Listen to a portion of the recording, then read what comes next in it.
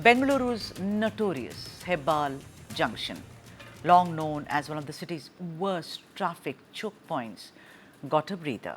A new flyover loop was thrown open, and officials are saying that traffic congestion has already eased up by 30%. Actually, a lot of traffic police.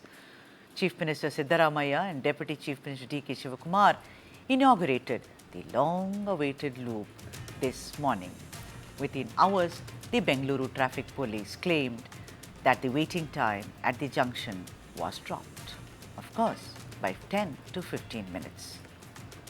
Built at a cost of 80 crores, the 700-meter ramp connects Nagavara and KR Puram to the Mekri Circle, providing smoother access for over 5 lakh vehicles that pass through Hebbal daily. The new addition has expanded the flyover from 2 lanes to 6. Another loop linking ST Mall to Mekri Circle is expected by November. Look at that visual. My God, what a stylish entry by Deputy Chief Minister D.K. Shivakumar at the newly inaugurated Hebbal Loop. This is a Yazdi bike that D.K. Shivakumar rode and entered very, very stylishly. The other one is expected by November, pushing the total project cost to 300 crores. Shivakumar, like you saw, took a lovely ride. He also announced plans for a 1.5-kilometer tunnel from ST Mall to Baptist Hospital. But you know what? A lot of people are saying that this is just kind of optics. But the point is, will it really ease the traffic? That's the question we are asking. Dattatreya T. Devare, author, environmentalist and civic activist, is with us. A very warm welcome to you, Mr. Devare, for joining us on this broadcast. Do you think this very stylish inauguration at Hebbal Loop, was any technical, kind of test done, any feasibility test done, or it was just that let us build this to ease the traffic? Difficult for me to say because I don't have the information, and inaugurations are photo opportunities, so those will be utilized by politicians. But as far as the Hebbal Loop is concerned, it is claimed that already the congestion has reduced by 20-25%. My point of view is that such solutions have to be sustainable. What is seen in one day or what is seen in the short term is not really the answer, because the reason is that Hebbal Flyover itself was made some years ago, and it is today a choke point in the city. And so now what will happen is that very soon, the concept of induced demand sets in. In other words, the more road supply, the greater is the number of vehicles coming onto the road.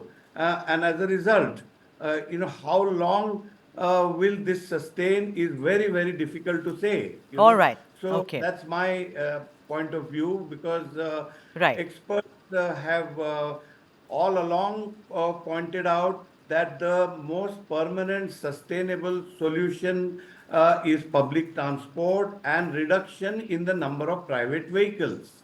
Whereas if you add more roads, it just brings in more vehicles onto the road, especially cars.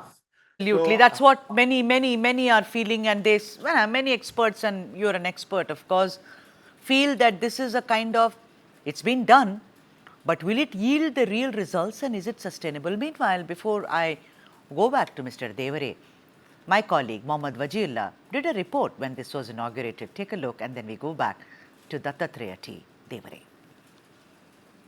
Right now at the end point of the brand new Hebbal Flyover, which has just been recently inaugurated by the Chief Minister Siddaramaiah and the Deputy Chief Minister, who came riding on the Yazdi, on his own Yazdi, on this flyover. Now the reason why we have come here at the end point of the flyover is to show you how this flyover, which is supposed to ease the notorious traffic problems of Bengaluru, is actually going to add on to that problem, because this flyover was supposed to ease the problem of the traffic that was getting accumulated at the curve of the Hebbal Junction, where the traffic from Hennur, Nagwara, all these things would accumulate. Now it has given them a signal-free route for them to use this particular route to go towards the city. But what will become a problem for commuters is that this particular flyover ends right at the junction of the Baptist Hospital. Now this Baptist Hospital is a government hospital, and this flyover ends right at the foothold of the Baptist Hospital. This more seems to be like a traffic problem that has been replaced from one end of the junction to the other end of the junction, and now the traffic that used to get accumulated on top of the flyover will get accumulated at this particular junction. Therefore, how much of a solution is this going to be is something that is very surprising, because the Baptist Hospital emergencies and everything will get a problem over here. The buses will stop at that particular corner, which will again create a traffic, and now the convergence of traffic from both these flyovers will also add on to the problem. So there you have it. He says that it's going to multiply the problems. Mr. Devare, we've seen over the years how the public transport, the buses are, of course, there are many buses which were introduced, but many people don't want to get onto the bus. Now, metro, we saw how the fare was increased and a lot of people decided to dump the metro and once again take out their vehicles. Of course, there is all the time cry about why is Bengaluru so polluted? We have to do something about pollution. Most of the experts I've spoken to, they say they don't get the basics right. And it's not about this government or that. Any government just wants to do a quick fix job, Mr. Devare. They just want to say, okay, I made a flyover, buses will go here, you can go here. 50 minutes earlier you used to wait, now it's only 30 minutes. Look at this, what a miracle. Don't you think that this is just an eyewash at the end of the day? Let me put it this way. I am a very, very staunch champion of public transport. So I use public transport a lot. I use buses, both the AC buses as well as ordinary buses. I use a metro a lot. Now, as we all know, the problem with metro is the first and last mile connectivity. For me, it's a big problem. So what I have to do, I have to take my bicycle or my two-wheeler and keep it at the nearest metro station and take the metro. Most of the times I have to stand inside the metro, but I still do it because for me, driving is very, very stressful. What is really required is a two-pronged attack. One is a very, very large increase in the supply of public transport.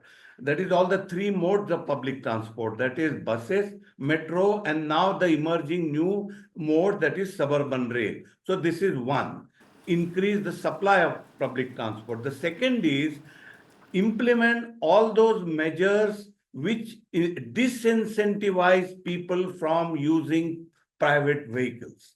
And I can talk about two or three measures. One is the parking policy, So if parking is going to be exorbitant, it will deter people from taking out their private vehicles, particularly cars.